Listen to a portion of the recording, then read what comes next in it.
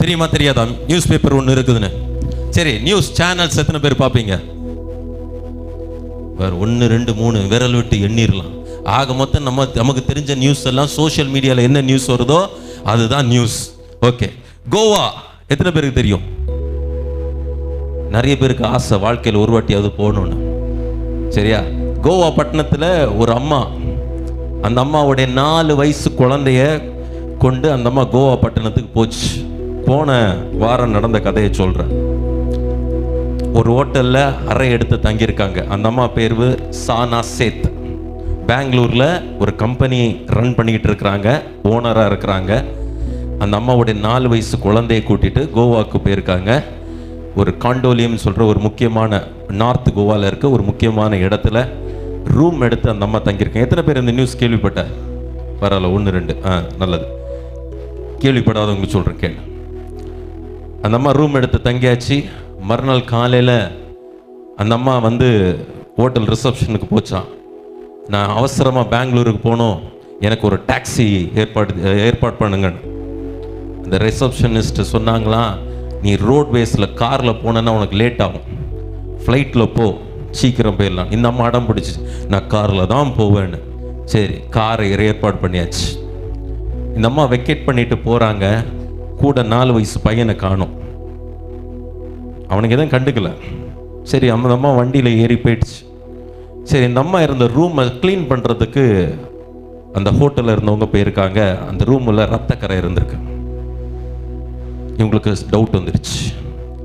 உடனே இவங்க என்ன பண்ணாங்க, லோக்கல் போலீஸ் ஸ்டேஷனுக்கு ஃபோன் பண்ணி இந்த மாதிரி ஒருத்தவங்க தங்கியிருந்தாங்க, 4 வயசு குழந்தையோட வந்தாங்க, தங்கியிருந்தாங்க.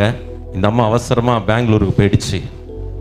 கூட பிள்ளையை காணும், ஆனால் ரத்தக்கரை இருக்குன்னு சொன்ன உடனே போலீஸ்காரங்க என்ன பண்ணாங்க, உடனே அந்த ஹோட்டலுக்கு எந்த காரை புக் பண்ணாங்களோ அந்த கார் நம்பரை வச்சு அந்த டிரைவருடைய ஃபோன் நம்பருக்கு ஃபோன் பண்ணி கேட்டாங்களாம், குழந்தை இருக்குதா? இல்லை, அந்த குழந்தை இல்லைன்னு அந்த டிரைவர் சொன்னாராம். போலீஸ் சொல்லிச்சான், அந்த அம்மா கிட்ட கேளு குழந்தை எங்கன்னு. அந்த அம்மா கிட்ட டிரைவர் கேட்டாராம், குழந்தை எங்கன்னு. குழந்தை சொந்தக்காரங்க வீட்டில் இருக்குன்னு சொல்லிச்சான். அப்படியா, சொந்தக்காரங்க நான் வீட்டு அட்ரஸை சொல்லு அப்படின்னு வீட்டு அட்ரஸ் கொடுத்துருக்காங்க. போலீஸ் அந்த அட்ரஸ், கோவாவில் இருக்க அட்ரஸை போய் தேடி பார்த்தா அந்த அட்ரஸ் ஒன்று கிடையவே கிடையாது. அப்போ லோக்கல் லாங்குவேஜ் அங்கே கொங்கனின்னு சொல்லுவாங்க. கோவாவில் பேசுகிற லோக்கல் லாங்குவேஜ் கொங்கனி. அப்போ போலீஸ்காரங்க அந்த டிரைவர் கிட்ட கொங்கனி மொழியில் பேசியிருக்காங்க. என்ன பேசுனாங்க, லோக்கலில் இருக்க போலீஸ் ஸ்டேஷனில் வண்டியை கொண்டு போய் நிறுத்துன்னு.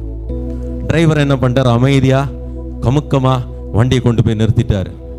வண்டியை கொண்டு போய் நிறுத்தினா டிக்கியை திறந்தாங்களாம். அந்த அம்மா ஒரு பெரிய ட்ராலி வச்சுருந்துச்சான். ட்ராலியை திறந்து பார்த்தா அந்த 4 வயசு பையன் பிணமாக இருந்தானா. கொன்னது யாரு? அம்மா. 10 மாதம் சுமந்து கற்ப வேதனைப்பட்டு பெற்றெடுத்த தாயே தன்னுடைய பிள்ளைய கொன்று போட்டாங்க. இது எந்த ஊரில் நடந்துச்சு? வெளிநாட்டில் இல்லை, நம்ம கோவாவில், நம்ம இந்தியாவில் போன வாரம் நடந்த விஷயம். நம்ம அம்மா அப்பா பண்ண மாட்டாங்கல்ல? கண்டிப்பாக பண்ண மாட்டாங்க.